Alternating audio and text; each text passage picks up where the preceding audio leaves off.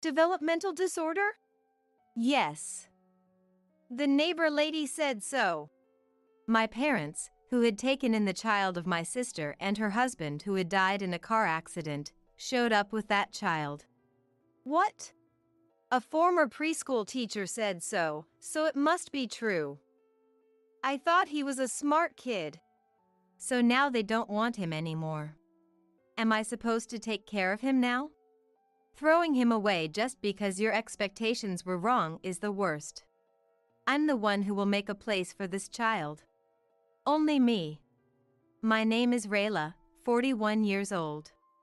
I work part-time for a company that cleans office buildings and apartments. I live with my husband Tom, who is an office worker, and we don't have children. I wake up in the morning and make lunch, work, have dinner, and sleep. Others might see it as monotonous, but Tom and I don't mind this peaceful routine. Peace is the best, or so I thought. Can you say that again? The company went bankrupt. One more time. So my company went bankrupt. No matter how many times I heard it, I couldn't understand. What does that mean? I'm unemployed. Isn't there something we can do? I wish I knew. Tom bit his lip, looking like he was about to cry. Our beloved peace and life plans were shattered in an instant. We stood there, dazed and hollow, like empty shells. With just my part-time job income, we could barely cover the rent. Tom needs to find a new job right away. But first, we need to apply for unemployment insurance, and as for severance pay, there's no way we'll get that. I should have saved more. My mind was a whirlwind of confusion. At that moment, my mother called. Honestly, she's the last person I want to talk to when I'm feeling weak. Let's just hear what she wants and make it quick. Hello? Rayla? What's up, Mom? Let's go out for steak today. Karen and her family too. Her high-pitched voice rang in my head. My mom sometimes invites us out to eat, assuming we'll pay. Karen is my sister. She and her husband have a child named Lien. He's a friendly 5-year-old boy. Steak. Yes. All you can eat. And Lien eats for free because he's 5. Free for 5-year-olds? What a kind world. So does that mean people laid off due to company closure eat free too? That's not possible. What? It's true, toddlers eat free. Oh, sorry. I was talking to myself. As much as I hate to disappoint her, I can't enjoy a meal out with our finances and my unstable emotions. The steak won't taste good if we're dipping into our retirement savings. I told her about Tom being jobless and declined the invitation. What? Are you guys okay? We're fine, don't worry. You better find a new job quickly. I'm looking forward to that steak. Yeah. I forced a laugh at my mother's unintentional insensitivity. If she really felt bad, she could pay for our meal, couldn't she? She always eats and drinks to her heart's content and expects us to split the bill. I felt exhausted after hanging up.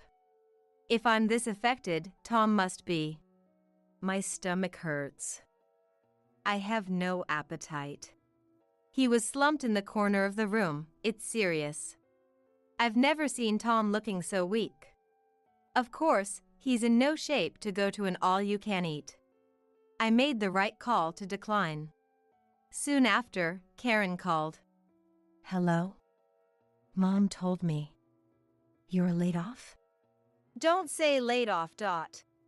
Are you okay? We're okay, but it's not that we're struggling. What scares me is that our normal routine has changed.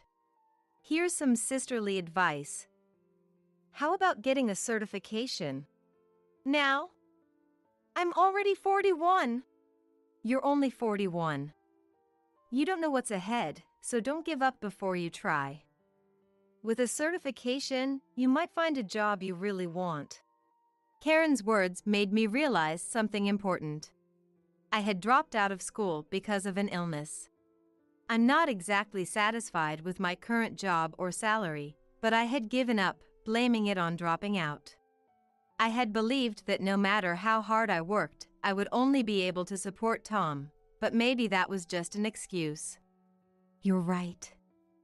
I'll think about it. Yeah. Do your best. Thank you, Karen. The overwhelming anxiety I had felt started to turn into a glimmer of hope. I'll try my best, one step at a time. First, I should take care of Tom. I'll make him meals that are easy on the stomach and let him rest. I'll make sure to keep living normally so that he doesn't get more stressed or fall into negative thoughts. Despite my efforts, Tom's job search isn't going well. He fails all the interviews, and his fatigue and frustration are building up. When he sees me going to my part-time job as usual, he grumbles. It must be nice to be needed by society and have a place to belong. I pretended not to hear and wished for peaceful days to return soon. Then one day, something unbelievable happened. My sister and her husband died in an accident. A car ran into the line of people waiting for a bus. My nephew Lien, who was with them, only got some scratches, but they weren't so lucky. The thought of them leaving their son behind and going to heaven squeezes my heart. I can't believe it. I don't want to believe it. We had just talked on the phone the other day. The funeral proceeded before I could even process my feelings. Poor Lien, who lost his parents, might not understand the situation, but he quietly reads picture books or plays with toys alone. I stayed by Lien's side as much as possible. I'm sure Karen would have been worried. Lien needs no care at all. For a 5-year-old boy, it's normal to run around and make noise, but he quietly plays alone all the time. Seeing how good he is only makes my heart ache more. We'll take Lien in, my mother said after everything was over. We'll raise our grandson properly. Lien, don't worry, my father assured, so I felt relieved to leave him in their care. If it was a choice between a foster home and taking him in ourselves, I would have discussed it with Tom, but it seemed unnecessary. Besides, it would be irresponsible for an unemployed Tom and a part-timer like me to raise Lien. It's been a long time since we've had a child to raise, my mother said excitedly. I'll help too. Call me anytime you need a break.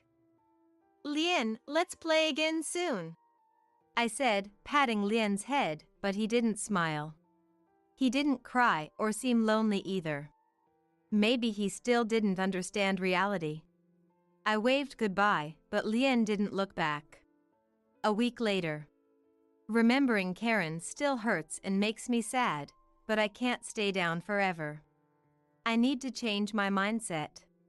I have time off from my part-time job until today. After seeing Tom off to his interview and cleaning the house, my parents and Lien arrived. Why are you here all of a sudden? Did you come to visit? Contrary to my welcoming smile, my parents looked serious.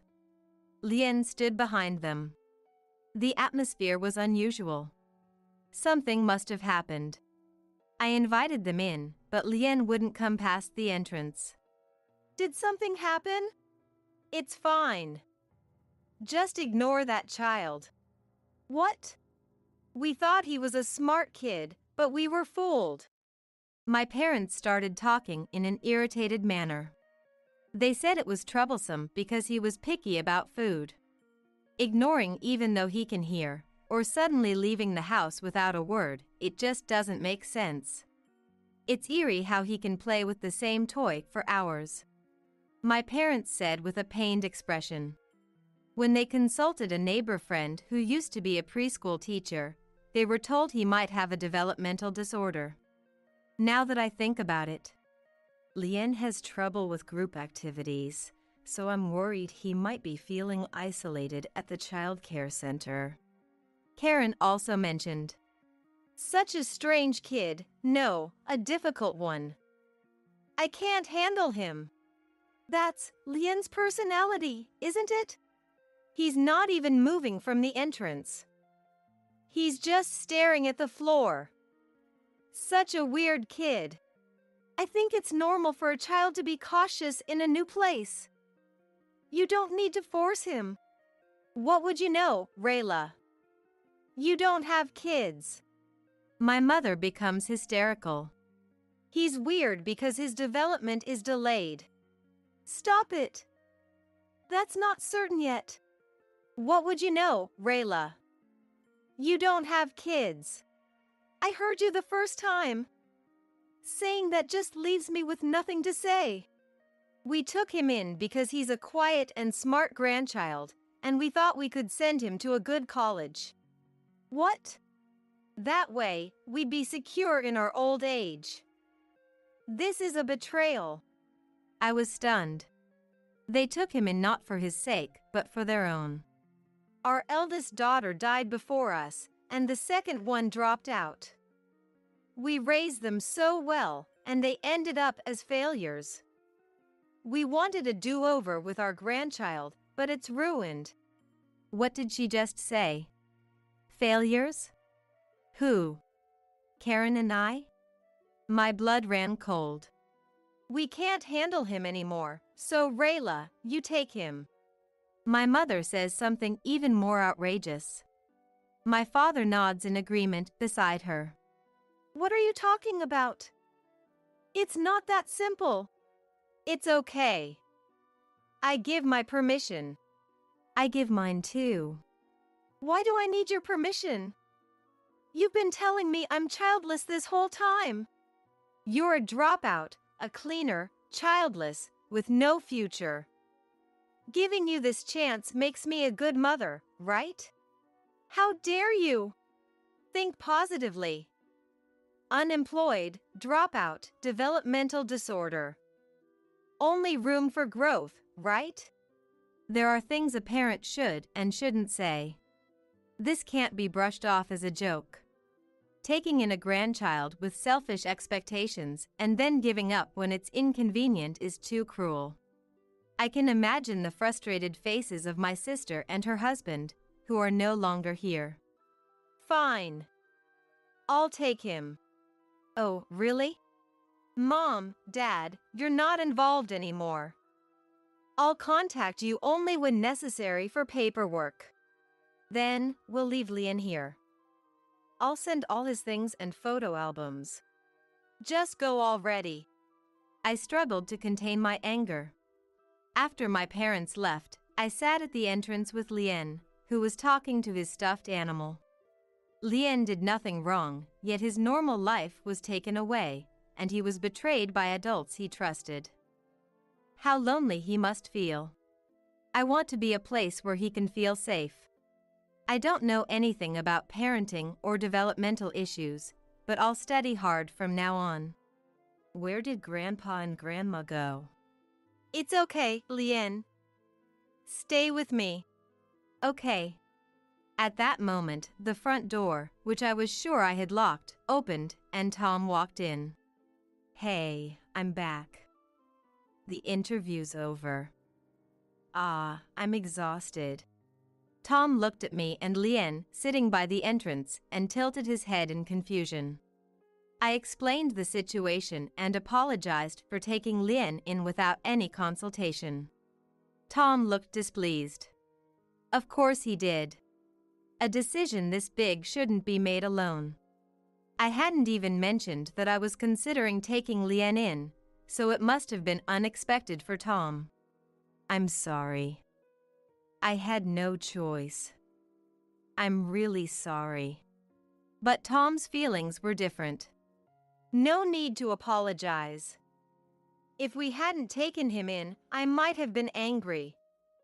What I can't forgive are your parents. What do they think children are? After saying that, Tom picked up Lian. But I'm grateful. I'm so happy to live with adorable Lian.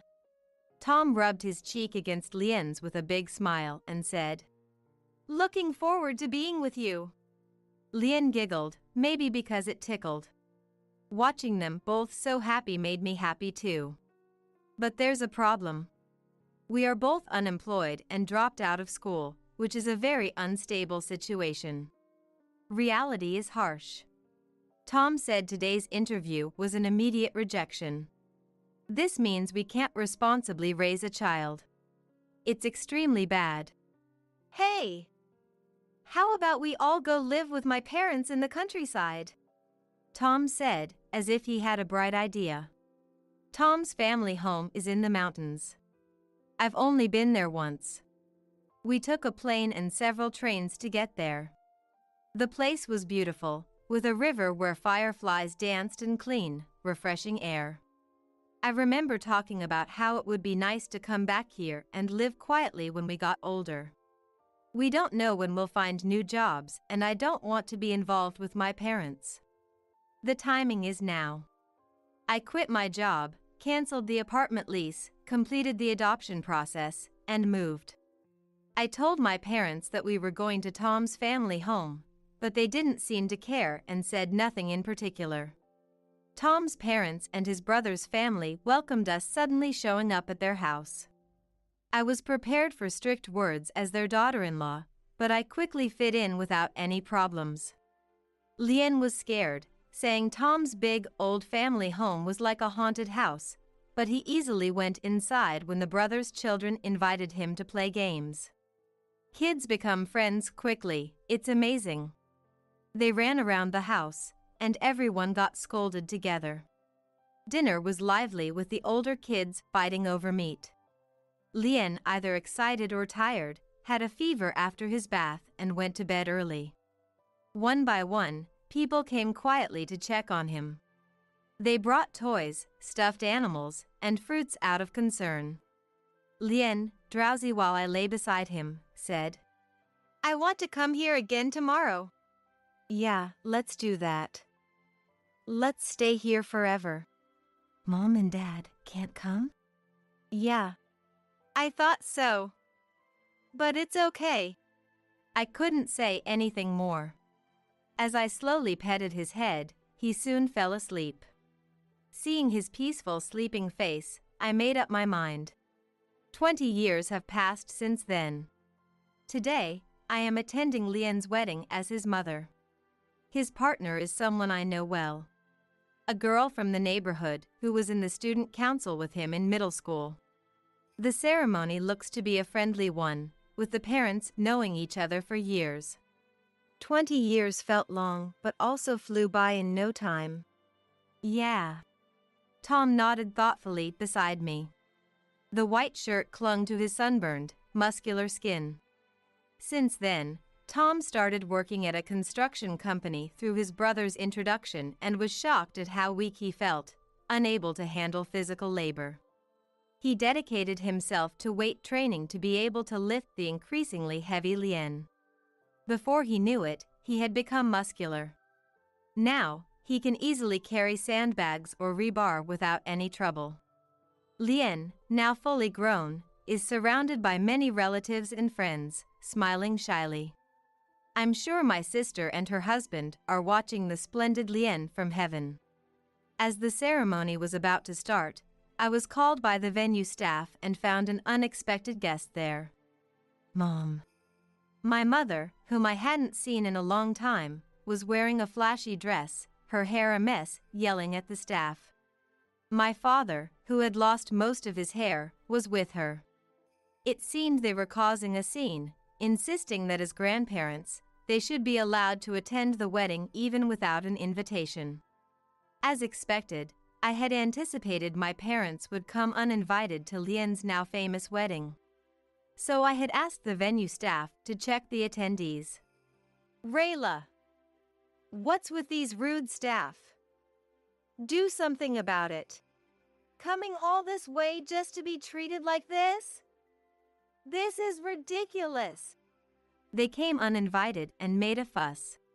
What a nuisance. Who are you people again? Huh? Please leave if you're not invited. What? Have you forgotten the parents who raised you? You're the ones who abandoned your grandchild. Abandoned? What are you talking about? We had no choice but to leave Lien with you. What? And because of that, Lien became famous, didn't he? We did the right thing. Yes, Lien did become famous. Lien, who had come to love the countryside since that day, entered elementary school and attended happily every day. The class was small due to the low number of children in the area, which was a blessing for Lien, who disliked crowds. It allowed him to focus on his studies. Eventually, he dreamed of contributing to the community and studied agricultural engineering in college. He connected the latest in smart farming using robotics and information technology with local producers, and organized short-term lodging tours during harvest season to attract city youth. This was featured on local television and gained national attention. Not anyone else's. It was all thanks to Lien's hard work. I couldn't stand my mother acting like it was her accomplishment. He's my grandchild. Of course, I knew he'd grow up to be great. Stop saying things that are convenient for you. By the way, did you manage to overcome the developmental issues? After that, I studied child development. Development is just individuality. Everyone has strengths and weaknesses, likes and dislikes. Lien was just a bit more noticeable in these areas. Nowadays, schools and local government provide extensive care and tailored support. When Lien was in elementary school, he took a developmental test at the teacher's recommendation. It turned out he had no issues. He was just anxious from the sudden loss of his parents and drastic changes in his environment. He was simply a bit shy and clingy. Mom, who was it that said Lien might have a developmental disorder? It was a former nursery teacher in the neighborhood. Someone named Betty. I knew it. That person only worked part-time in the child care center's kitchen. What? She must have made a casual, baseless assumption. Unbelievable. Betty was so terrible. Stop blaming others. The fault lies with you, Mom. Rayla, who do you think you're talking to? My mother, her face red with anger. How did you even know today was the wedding day? I saw Lien talking about the upcoming wedding in a TV interview. I called around to the wedding venues in the area and told them I was her grandmother, and they told me. You think you have the right to call yourself her grandmother? I can't believe you would do something so deceitful without a second thought. Just then, Tom showed up, worried that I had been gone too long. He seemed surprised to see my parents there, but quickly understood the situation. Nancy, Bob, it's been a while. Oh, it's been so long. We came all this way to celebrate Lien's wedding. Let us join the festivities. No, there are no seats available.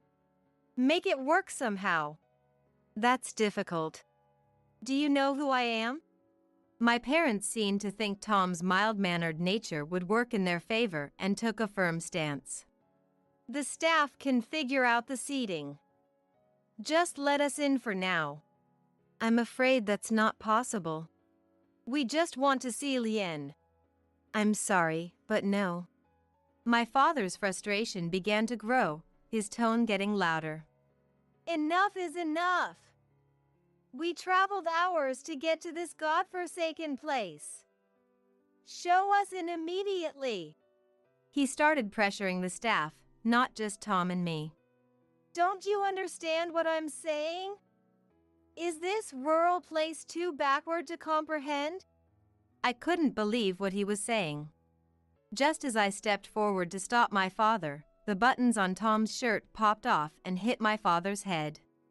Tom's muscles must have been too much for the shirt. Am I shot? My father instinctively touched his forehead. Stop it! Don't shoot me! He looked terrified. Doing this won't help. We're not leaving until we see our precious grandchild. At that moment, Lien, the star of the day, appeared. What's going on with all the noise? My parents' faces lit up instantly. You've grown so much. Doesn't he look just like me? Really? Let me get a good look at you. I felt nothing but disgust for these two and their selfish remarks. Lien looked at me, pleading for help. Who are these people again? What? Unlike my sarcastic remark earlier, Lien genuinely didn't know. Of course not. Lien, as a child, had always looked down after losing her parents. It made sense he wouldn't remember their faces. Did you forget? I'm your grandma. And I'm your grandpa. We came to see you. This rural place must have been inconvenient, right? After the wedding, let's go back to the city together. And of course, bring your wife. I had reached my limit. I couldn't stop shaking with anger. I won't let them say whatever they wanted anymore. Enough is enough. Just as I said that, Lien burst out laughing. Sorry, but you must be mistaken. You might not remember, but... No, you're mistaken. Lien's firm declaration made my parents flinch. Grandparents who make my mom look like this are neither needed now nor ever. Lien, who always called me by my name, called me Mom. I was on the verge of tears. I grew up here, studied here, and work here. I'm very content. It's not inconvenient at all. So, you don't plan on leaving? That's right. Then what about us? We're offering to live with us now that you're all grown up. No matter what you say, it's my life. That day, Lien, who had been sitting quietly at the entrance, is now clearly expressing his opinion. Nothing could make me happier. What's wrong with you? You're such a strange kid. You don't understand anything. You're all pretty strange too. What? Expecting to be allowed into a wedding you weren't invited to is really rude. What? Mom, Dad, it's time. Let's just leave these people alone and go. My nephew, no, my son walks towards the bride. When did his back become so broad? We can hear my parents yelling, but of course, no one looks back. Let's leave it to the venue staff to send them away. After that, Lien successfully finished the wedding and went on his honeymoon. They could have gone to a resort abroad, but they chose a nearby spa. They also wanted to connect with local farmers and make it part of their work. I think they should forget about work during their honeymoon, but for Lien, it's their passion and something they don't want to separate from their daily life. In the past, I wouldn't have understood that, but now I kind of get it. After settling down here, I remembered Karen's advice and aimed to get certified. I got a job at a nursing home that focuses on training staff and studied hard. I gained practical experience and was able to get certified as a care manager. Now I'm in charge of a section at the facility. It's tough but rewarding work. I can even use my experience as a cleaner. Now, even if Tom loses his job, I can say, leave it to me. I don't know what happened to my parents after that. They called Tom's parents' house asking for my contact information, but every time they called, no matter who answered, they were met with "Who is this?" like it was a secret code, so they stopped calling. After 20 years, it's too late to come back as if nothing happened. That gossip Betty in the neighborhood spreads rumors about her grandchild having a developmental disorder. My parents, who don't even have a single photo of Lien, would be thought to be making up stories if they tried to brag about their famous grandson. The grandchild you denied no longer exists anywhere. The only one here is the honest and kind Lien that I raised. Looking up at the sky, I see the relieved smiles of my sister and her husband. Mary handed me the letter she had read at the wedding reception. I wasn't so dense that I couldn't read the room and make a joke at a time like this. I needed to say something serious to Mary. Mary, thank you for being born. I'm sure you wanted to show this to Dad too. Mary's personality had completely changed after my husband, Tom, disappeared 15 years ago. Until then, she had been a bright and curious child, but she became timid and withdrawn. It must have had something to do with her father's disappearance. When Mary heard my words, she suddenly broke down in tears. I thought she was just overwhelmed with emotion, but something seemed off. She grabbed my hand while crying.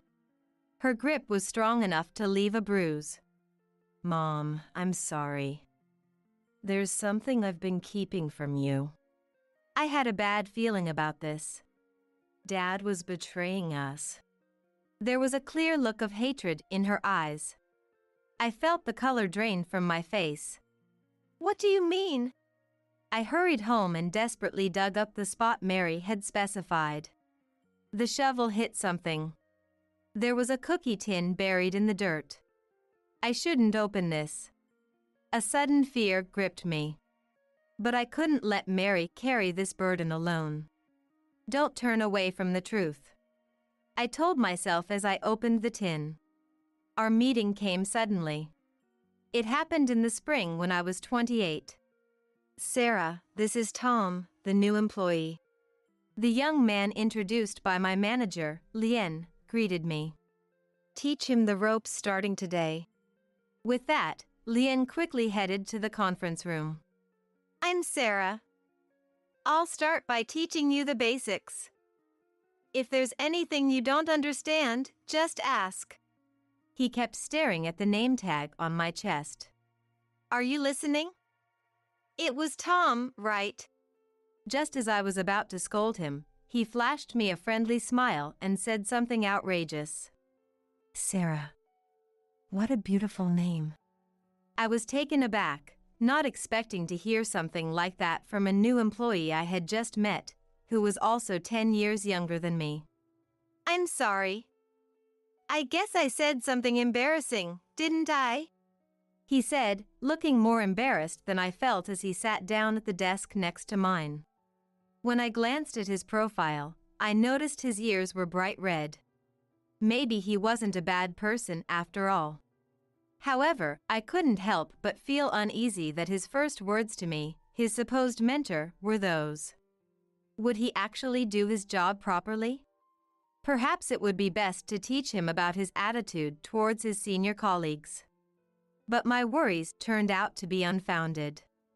Tom quickly learned everything I taught him, and his friendly personality proved effective in winning over the sales team. He was so dedicated to his work that before I knew it, I had come to recognize Tom's abilities. And a year later, when Tom landed a big contract on his own, we decided to celebrate together over dinner. It's all thanks to your great teaching, Sarah. You don't let your achievements go to your head at all. Although my first impression of him wasn't the best, by that time I had grown comfortable being around Tom. But now that you've become so capable at your job, you're definitely going to get even busier. He would surely surpass me in no time. Tom reacted to my voice, which was so soft that I couldn't tell if he heard me or not, as I felt a sense of loneliness. Even if that happens, will you still go out to eat with me from time to time like this? The redness in Tom's ears wasn't just from the alcohol. Somehow, I had a premonition. But I couldn't give a straight answer to Tom's feelings, who was 10 years younger than me. By then, you'll be going out drinking with more important people, not me. I tried to brush it off, but Tom's eyes were serious. Sarah, I'm serious. Tom leaned forward. After a few seconds of staring into each other's eyes, I nodded. It wasn't that I was swept away by Tom's momentum. Somewhere inside, I was also drawn to Tom. Tom, the man who would later become my husband. We continued dating steadily, and we got married when I turned 30. After that, we were blessed with a daughter, and the three of us lived a happy life. Yes, that's how it was supposed to be. I'll never forget, it was the spring when Mary was 5 years old. After putting Mary on the kindergarten shuttle bus, I was chatting with a fellow mom from the neighborhood when my cell phone rang. Hello, Sarah? It was a call from Lien, my former boss, whom I hadn't seen since I quit my job before Mary was born, except in Tom's stories. Lien, it's been a while. Tom is always grateful for your guidance. Lien interrupted my greeting and asked me a question. I'm glad you sound well. By the way, I can't get in touch with Tom. Do you know anything about that? What? Tom was supposed to be on a business trip to Hong Kong since 3 days ago. According to Lien, there was no business trip, and Tom hadn't come to work since Monday of this week. Anyway, try to contact him from your end too, Sarah. With that, Lien hung up the phone. Recently, Tom had been complaining about the increase in business trips. Each time, I would console and encourage him. Talking to you really puts my mind at ease, Sarah. It's like being enveloped in warmth. Thank you, always, he would say. We had even gotten excited together about this long business trip, saying it was because he was highly regarded and sure to get a promotion. On Monday, Tom had taken a day off to pack for the business trip starting the next day. Where on earth had he gone? After hanging up with Lien, I ended my gossip session and went home to try calling Tom's cell phone. But it seemed to be turned off. This had never happened before, where I couldn't get in touch with Tom. Could he have been involved in an accident or incident somewhere? Suddenly overcome with anxiety, I called every contact I had on my cell phone. Tom's parents' house, his siblings, every friend I knew of. But no one knew of Tom's whereabouts. From then on, days so painful that I don't even want to remember them continued. At the suggestion of my in-laws, I filed a missing person report for Tom, but no leads turned up at all. I swallowed my shame, asked Lien, and returned to my old workplace, working as if to fill the hole Tom had left. But at the same time, Mary's smiles started to decrease. Even with reduced working hours, it was a completely different life than before. From Mary's perspective, her father had disappeared, and even the time she spent with her mother had decreased. I understood Mary's loneliness all too painfully, but we had to overcome it together. For my part, I felt uncomfortable being treated as a pitiful woman who had been abandoned by her husband and was now cleaning up his mess at work. Only my longtime colleagues treated me normally, but I could see sympathy in the depths of their eyes. I felt like I was being pushed to the brink mentally, but I gritted my teeth. In front of Mary, I tried to act as cheerful as possible, so as not to let her feel any anxiety or loneliness. And I wanted to give Mary a life where she lacked for nothing. That was my sole focus. When Mary entered elementary school and we had gotten used to life with just the two of us, I made a certain request to my manager. As long as it's not too much for you, Sarah. Lien was probably worried about me, but at the time, I had lost faith in everyone, so I could only thank him formally. And so I started an online shop as a side job. Has it really been 15 years since then? I muttered to myself while gazing at the cherry blossoms starting to bloom. Mom? What's wrong? Mary, who had been walking ahead of me, turned around. The image of Mary in my memories overlapped with her current appearance. Don't tell me you're still nervous, Mom? Mary laughed mischievously. Of course not. I wasn't nervous from the start. I joked back, and we walked side by side, laughing. Today was a family meeting with Mary and her fiancé's family. Mary, now fully grown, had met her fiancé at the city hall where she started working after graduating from college. If you were going to go to college and work as a public servant anyway, You could have waited a little longer to get married. Mary was only 23 years old. I had accidentally muttered this on the day she first introduced him to me, but Mary said, "You married Dad on instinct too, didn't you, Mom?" It dredged up unpleasant memories from my past and left me with complicated feelings, but she was right. No matter who says what, I am going to marry this person. Mary's personality of charging straight ahead once she made a decision was definitely something she got from me. If it seems like it's not working out, hurry back home, okay? That's not going to happen. We enjoyed having conversations like that over and over until the wedding day. And a few months later, Mary's wedding took place. I watched from a distant seat as Mary received countless words of blessing. As the reception was coming to an end, it was time for the bride to read a letter. I had told Mary that I didn't want her to do it because it was embarrassing. Mary had also said she wouldn't do it. I couldn't show tears in front of so many people. No matter how much sympathy or comfort I received after Tom disappeared, I had managed not to cry in front of others until now. I was determined to play the role of a strong mother who wouldn't cry no matter what, until the very end. With that resolve in my heart, I took the stage as prompted.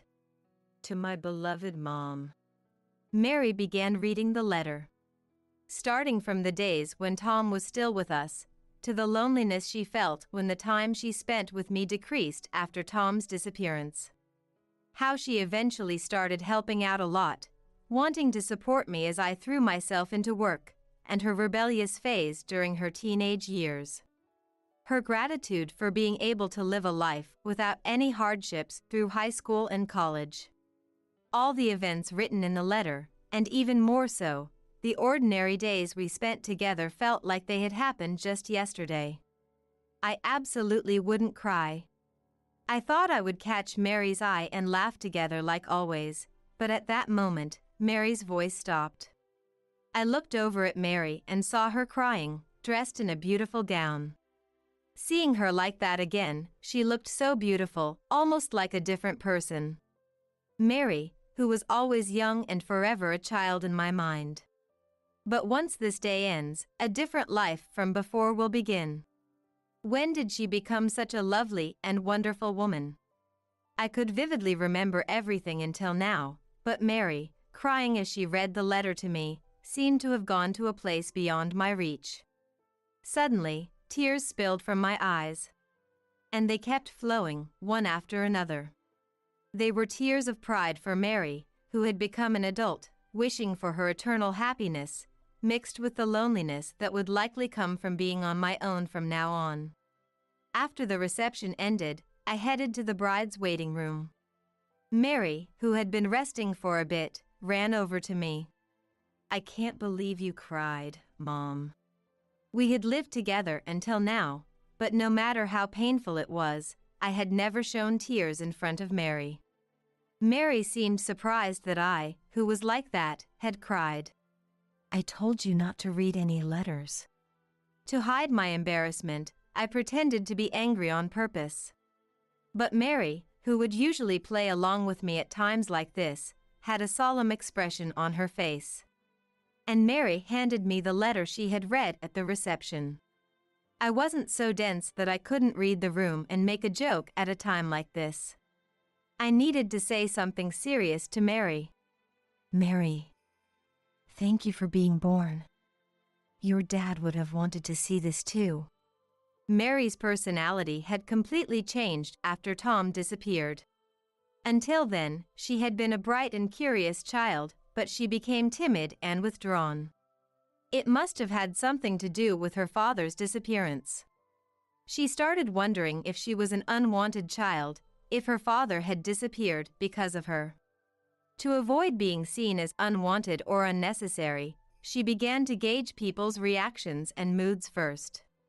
After I noticed this, I showered Mary with love so she wouldn't feel anxious, and by the time she became an adult, she had returned to being a cheerful child, but today was a special day for Mary, and I didn't want her to have a gloomy face on a day like this, nor did I want to let that happen. And I wanted her to look to the future rather than being trapped in the past. Having Mary born was the greatest happiness for me too. The father in Mary's memories must have been eagerly awaiting this day as well. That was the one thing I absolutely had to convey to her. However, when Mary heard my words, she suddenly broke down in tears. I thought she was just overwhelmed with emotion, but something seemed off. She grabbed my hand while crying. Her grip was strong enough to leave a bruise. "Mom, I'm sorry. There's something I've been keeping from you." I had a bad feeling about this. I didn't want to hear what she had to say next. But my wish was not granted. Mary slowly spoke the truth. "Dad was betraying us." There was a clear look of hatred in her eyes. I felt the color drain from my face. "What do you mean?" Even if that were true, how did Mary know about it? Of course, Mary also understood that Tom had disappeared, but even I didn't know where he had gone or why he had disappeared. "I had been debating when to tell you for a long time, but I didn't want you to find out that secret alone after I left." Apparently, that secret was buried in the flower bed in our backyard. "I'm sorry for not being able to tell you until today." At that moment, the groom entered the waiting room after finishing changing his clothes. He looked surprised to see Mary crying in anguish, feeling sorry for me. "I understand. It's all right." After briefly explaining the situation to him and entrusting Mary to his care, I dashed out of the room. It was a 20-minute drive from the hotel where the wedding was held to our house. Without worrying about my appearance, I ran to the parking lot and jumped into the car. The car's speed felt slower than usual. I tried to calm myself down many times as I grew irritated, but it didn't work. Even after getting out of the car, I kept running until I reached the house. Despite already being out of breath, I desperately dug up the spot Mary had specified without taking a break. The shovel hit something. A cookie tin was buried in the soil. I shouldn't open this. I suddenly felt frightened. But I couldn't let Mary bear this burden alone. Don't look away from the truth. Telling myself that, I opened the tin. Inside were several photos. They showed Tom with a woman wearing glamorous makeup. As I looked through them one by one, photos of the two entangled in a lewd manner appeared. I involuntarily averted my eyes. Was this the reason Mary had said Tom disappeared? For a while, I couldn't move, crouched in the garden. Why in the world would he have something like this? The night wind, still cold, enveloped me. The next day, I asked Mary, who had returned home, for the truth. "I found them in Dad's desk." That desk we had kept in the house for a while after Tom disappeared. I had also thoroughly searched it for any clues. "I searched that desk too." Still shaken, my tone sounded somewhat accusatory towards Mary. Mary explained the situation with an apologetic look on her face.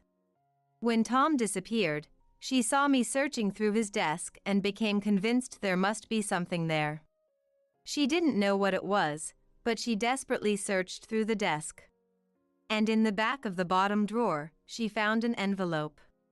"I thought if I had that, I could help you, Mom." When Mary opened the envelope, those photos came out.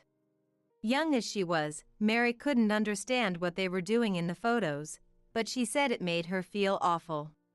Feeling that she shouldn't show these photos to me, she hid them in a cookie tin where she kept her toys. "I had intended to keep it hidden from you forever, Mom, but I was worried about what would happen if you found it on your own after I left." It was too big a worry for a child to bear alone. To think that Mary had been hiding this all along. I thought I had been protecting Mary, but it was the opposite. Was I the one being protected by Mary? "I'm sorry. Mary." I was at a loss for words. At the same time as I felt sorry for Mary, anger towards Tom welled up inside me. How could he leave such cruel evidence to the family he abandoned? Anger surged through me at Tom's irresponsibility. Nothing will come from letting my emotions take over with anger. No, in this case, I should properly put an end to it. I took the photos and headed to a detective agency. I had gone through so much trouble trying to find Tom's whereabouts. But based on those photos, the detectives were able to track down Tom's location with ease. From the building in the photo, they found a high-rise apartment towering in front of a certain station, staked it out, and confirmed Tom and the woman coming and going. They even pinpointed the room number for me. They said the couple often used food delivery services, so I decided to disguise myself as a delivery person and enter the apartment building. When I rang the intercom for the autolock, I heard a familiar voice. After giving the name of the delivery company, the automatic door opened with a "come in." The elevator kept ascending to the upper floors. My heart was pounding and I felt nauseous. If I was going to turn back, there was still time. I asked myself over and over, but I made my way to the door of the room where Tom and the woman were supposed to be. With trembling hands, I pressed the doorbell.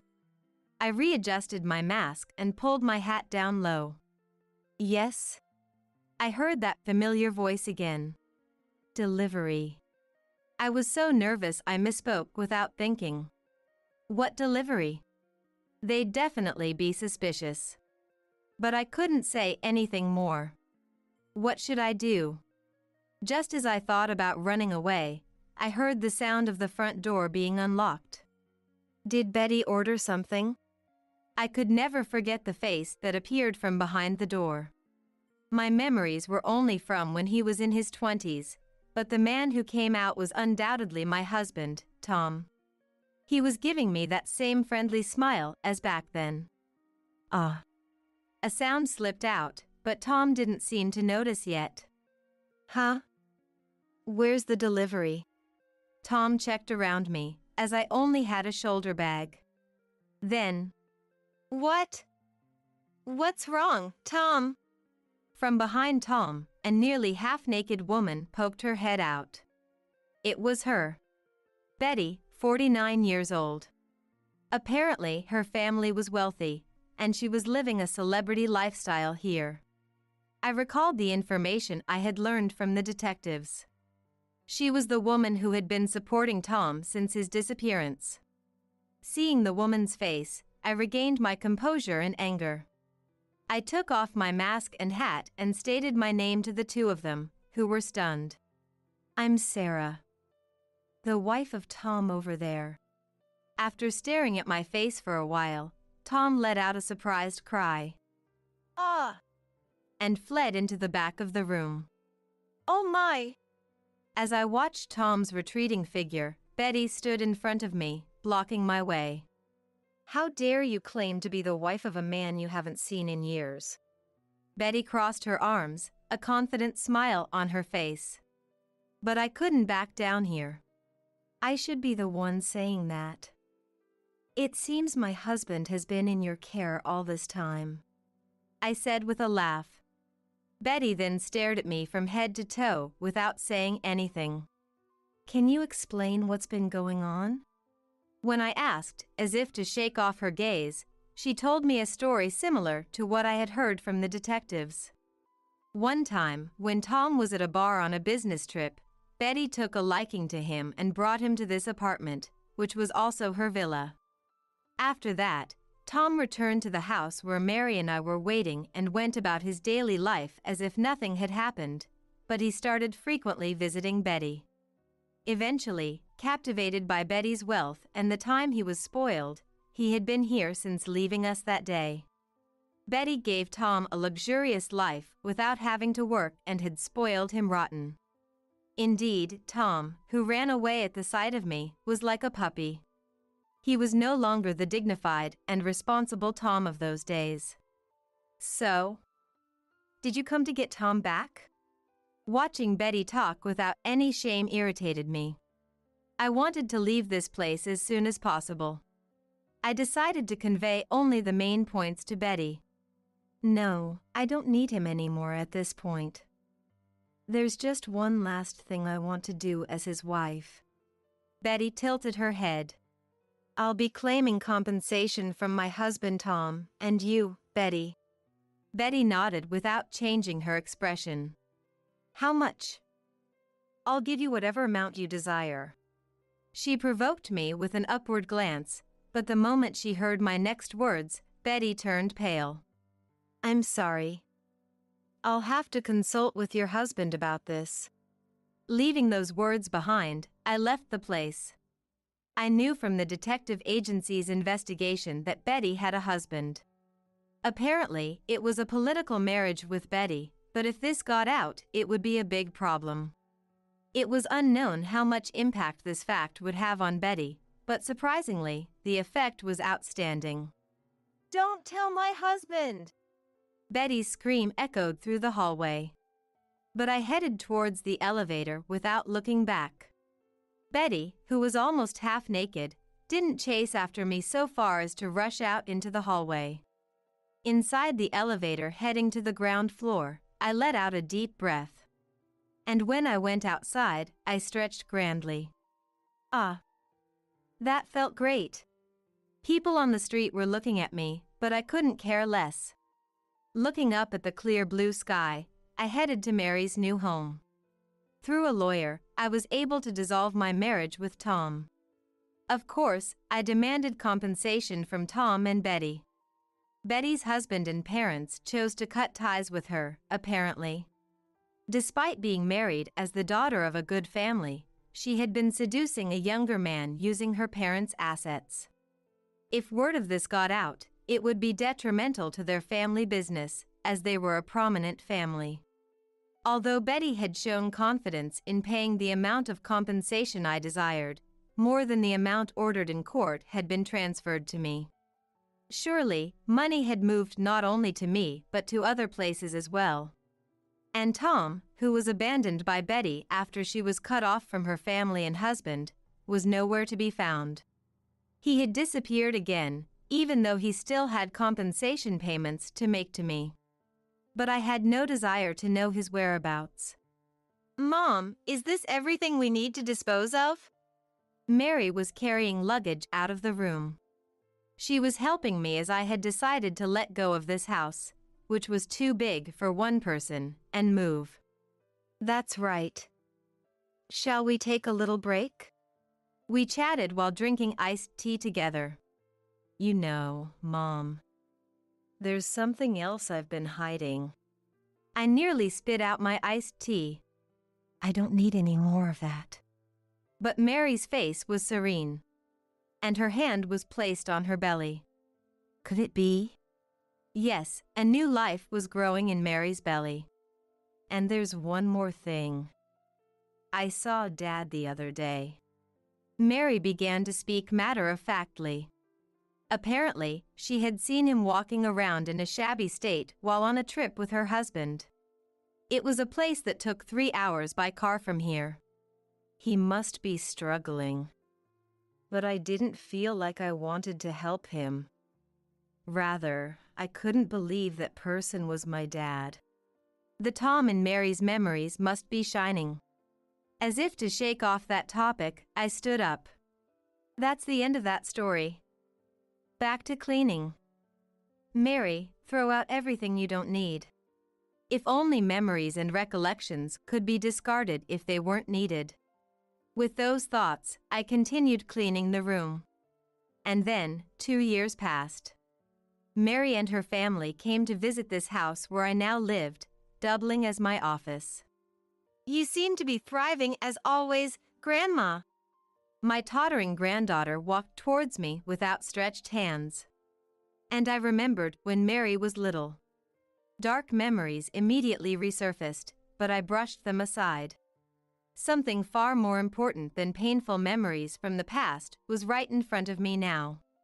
There was no time to dwell on unnecessary things. After all, from now on, I still had to make many fun and bright memories.